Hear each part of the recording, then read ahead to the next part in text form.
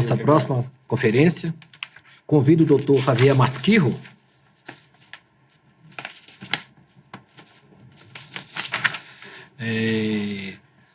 Vai fazer sua conferência Tratamento de Lauscondrite Dessecante Juvenil de Rodilla. Dr. Javier, por favor. Gracias, Gilberto. Bueno, yo voy a hablar ahora de la osteocondritis disecante y esta es una patología que se da en pacientes esqueléticamente inmaduros y es una alteración focal, idiopática y que tiene riesgo. Inicialmente afecta el hueso subcondral, pero puede afectar también el cartílago articular, lo cual puede predisponer a la artrosis. Realmente la etiología de esta patología no se conoce, pero se cree que comenzaría con un insulto vascular a una edad temprana. Este insulto vascular se daría más en pacientes que tienen cierta predisposición genética y en ciertas localizaciones, y después entran en juego algunos cofactores como pueden ser los biomecánicos, pacientes que realizan mayor cantidad de actividad física o que tienen alteraciones del eje mecánico, o algunos factores endocrinos. Entonces, la localización más frecuente de esta patología es en el cóndilo femoral interno, que es por lejos la localización más frecuente. Le sigue el cóndilo femoral externo y son mucho menos frecuentes las localizaciones en la articulación patelofemoral, ya sea en la tróclea o en la patela o también en el platillo tibial. Entonces, en general, los pacientes que tienen una superficie articular indemne suelen tener un dolor que no es muy fácil de identificar, pero tiene relación cuando realizan mayor actividad física, mientras que aquellos que tienen una disrupción de la superficie articular suelen tener síntomas mecánicos, dolor, resalto, derrame articular. Entonces, las radiografías son súper importantes, sobre todo realizar toda la serie de radiografías, porque la gran mayoría de estas lesiones estaban ubicadas en la parte posterior del cóndilo. Entonces, si no realizamos esta vista, que es la vista del túnel, a veces pueden pasar por alto tanto en la vista de frente como en la vista lateral. Entonces, en estos pacientes que hacemos el diagnóstico de la lesión, generalmente solicitamos resonancia magnética porque es el gol estándar para la evaluación, pero también tenemos que evaluar la rodilla contralateral porque casi un 30% de los casos pueden tener afectación bilateral y a veces la segunda rodilla puede no ser del todo sintomática. Asimismo, debemos evaluar la alineación porque es un factor predisponente, como les mencionaba, y es algo que podemos corregir fácilmente en pacientes esqueléticamente inmaduros con crecimiento guiado. Otra cosa que debemos evaluar son los niveles de vitamina D. Estos pacientes tienen tendencia a tener hipovitaminosis. Esta es una serie que publicamos hace muy poquito, donde vimos que nuestros pacientes con osteocondritis disecante casi la mitad tienen hipovitaminosis y en los pacientes que requirieron tratamiento quirúrgico fue 2 veces más frecuente. Entonces hay muchas clasificaciones. Esta probablemente sea la más utilizada hoy en día, es propuesta por el grupo ROC, que las divide en lesiones inmóviles o estables y lesiones móviles o inestables. Las inmóviles o estables son por lejos las más frecuentes en los pacientes pediátricos y adolescentes.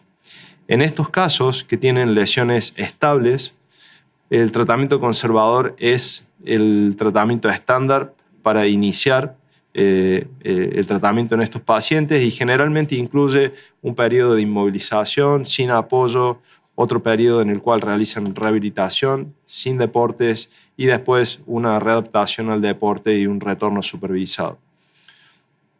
Afortunadamente, gran parte de estos pacientes que tienen una superficie articular indemne y que son tratados con tratamiento conservador tienen buenos resultados, pero hay un grupo de pacientes que a veces no responden a este tratamiento o que tienen otras características. En estos casos hay que pensar en otras técnicas y ya de tipo quirúrgicas. Entonces, en los pacientes que fallan al tratamiento conservador y en aquellos pacientes que tienen lesiones en localizaciones atípicas o de gran tamaño o en pacientes que ya están llegando a la madurez esquelética, lo ideal es realizar el tratamiento quirúrgico. Lo más común es realizar perforaciones o drilling que puede ser transarticular o retroarticular.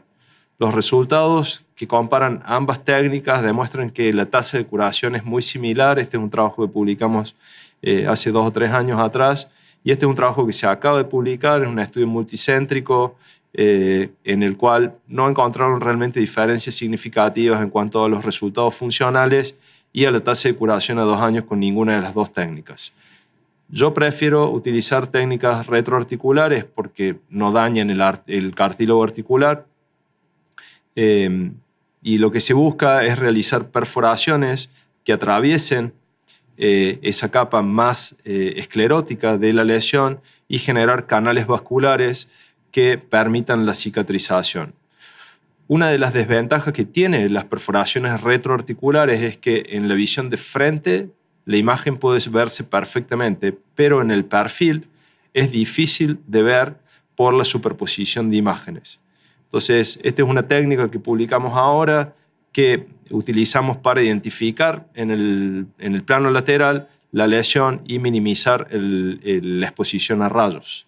Entonces, utilizamos la resonancia magnética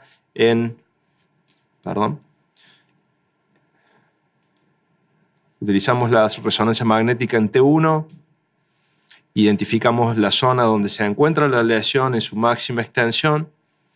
Ahí tomamos 3 marcas anatómicas que son la cortical femoral anterior, la cortical femoral posterior y la cresta central de la fisis. Esto nos determina 4 zonas y nos permite identificar cuál es la zona central de la lesión y entre qué zona y zona se encuentra ubicada la lesión. Entonces, llevado a la práctica, esto es cómo colocamos el paciente. Posteriormente, lo que hacemos es identificar los reparos anatómicos que utilizamos. Utilizamos portales anteromedial y anterolateral clásicos. Luego lo que hacemos es identificar la posición de la fisis. Marcamos la posición de la fisis.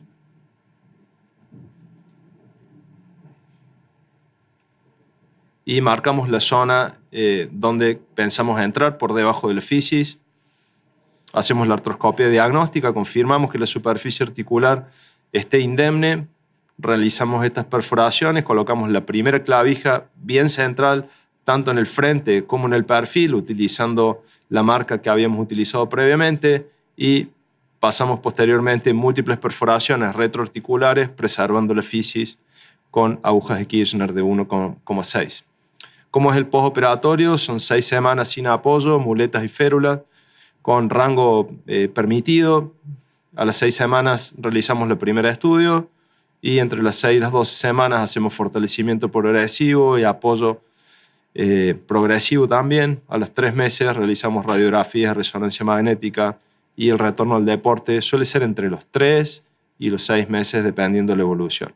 Este es un ejemplo, un paciente de 12 años que jugaba al básquetbol. Tenía esta lesión, fue tratado con tratamiento conservador por 6 meses, pero no evolucionó favorablemente, continuaba con dolor, la imagen empeoró. Realizamos las perforaciones y esta es la evolución un poco más alejada. Ahora, ¿qué pasa con las lesiones que son inestables? Bueno, en estos casos también tenemos que evaluar la rodilla contralateral, la alineación, los niveles de vitamina D, pero también tenemos que evaluar la personalidad de la lesión. Y además, ¿qué método de fijación vamos a utilizar? Mi preferencia es utilizar en la gran mayoría de los casos tornillos metálicos, los cuales retiramos entre los 3 y los 4 meses postoperatorios. Utilizamos fijación híbrida cuando son lesiones muy extensas. Esto nos permite no solamente fijar la lesión, sino también la utilización de cilindros osteocondrales, permiten el recambio de tejido necrótico. Y este tipo de tornillo de fijación bioabsorbible casi no lo utilizamos, solo en casos donde hay muy poco hueso subcondral y necesitamos hacer una fijación casi del cartílago nada más. Asimismo, también tenemos que evaluar la necesidad de injerto óseo y esto es algo que decidimos intraoperatoriamente una vez que realizamos el cruentado de la lesión. Entonces veamos algunos ejemplos con distintos escenarios. Esta es una paciente, como pueden ver, es una lesión sumamente extensa que afecta casi todo el cóndilo femoral medial. Cuando evaluamos la lesión es una lesión tipo lock door. Entonces hicimos una incisión, una mini incisión, abrimos la lesión, cruentamos, colocamos injerto óseo en el lecho, ese injerto lo tomamos de la tibia proximal, fijamos la lesión con tornillos metálicos y además colocamos un cilindro osteocondral para favorecer el recambio de ese tejido necrótico. Esta es la evolución a los 4 meses, cuando hicimos el retiro del material, y esta es la evolución un poco más alejada al año y a los 2 años con la cicatrización de la lesión. Este es otro paciente de 14 años con dolor patelofemoral, bloqueo, derrame. Como pueden ver, es una lesión inestable de tipo trapdoor. En este caso también hicimos curetaje, colocamos injerto en esta zona del defecto y fijamos la lesión con tornillos. Estos tornillos los retiramos a los 4 meses, donde podemos ver que la lesión está completamente cicatrizada. Y esta es la evolución un poco más alejada. Por último, este es un caso no tan común, también una osteocondritis disecante inestable con un fragmento libre que tenía una lesión puramente condral, y en este caso también hicimos el cruentado y la fijación, en este caso con tornillos tipo Smart Nails, porque no teníamos casi hueso subcondral para fijarlo con tornillos. Y esta es la evolución a los 6 meses y a los 3 años, cuando tuvo un traumatismo de rodilla y pudimos hacer una nueva resonancia. Entonces los resultados con fijación están más o menos alrededor del 80% de buenos resultados, los cuales han ido mejorando con una mejor selección de los implantes. En aquellos casos donde hay defecto osteocondral, también tenemos técnicas de salvataje, aunque este es un escenario que no es tan común en pacientes pediátricos y adolescentes. En conclusión, es importante sospechar estas lesiones, son lesiones mucho más frecuentes de lo que creemos. El tratamiento temprano es esencial para prevenir la destrucción del cartílago y preservar la función articular. Este tratamiento debe ser individualizado y basado en la madurez esquelética del paciente, el tamaño, la estabilidad de la lesión y la localización. También debemos evaluar factores predisponentes, como les decía, alineación, metabolismo de la vitamina D. Y en todos los casos siempre debemos tratar de preservar el cartílago articular. Este es un trabajo que publicamos hace poco, que explica un poco estos conceptos que recién hablamos, y les agradezco por la oportunidad de presentar esto.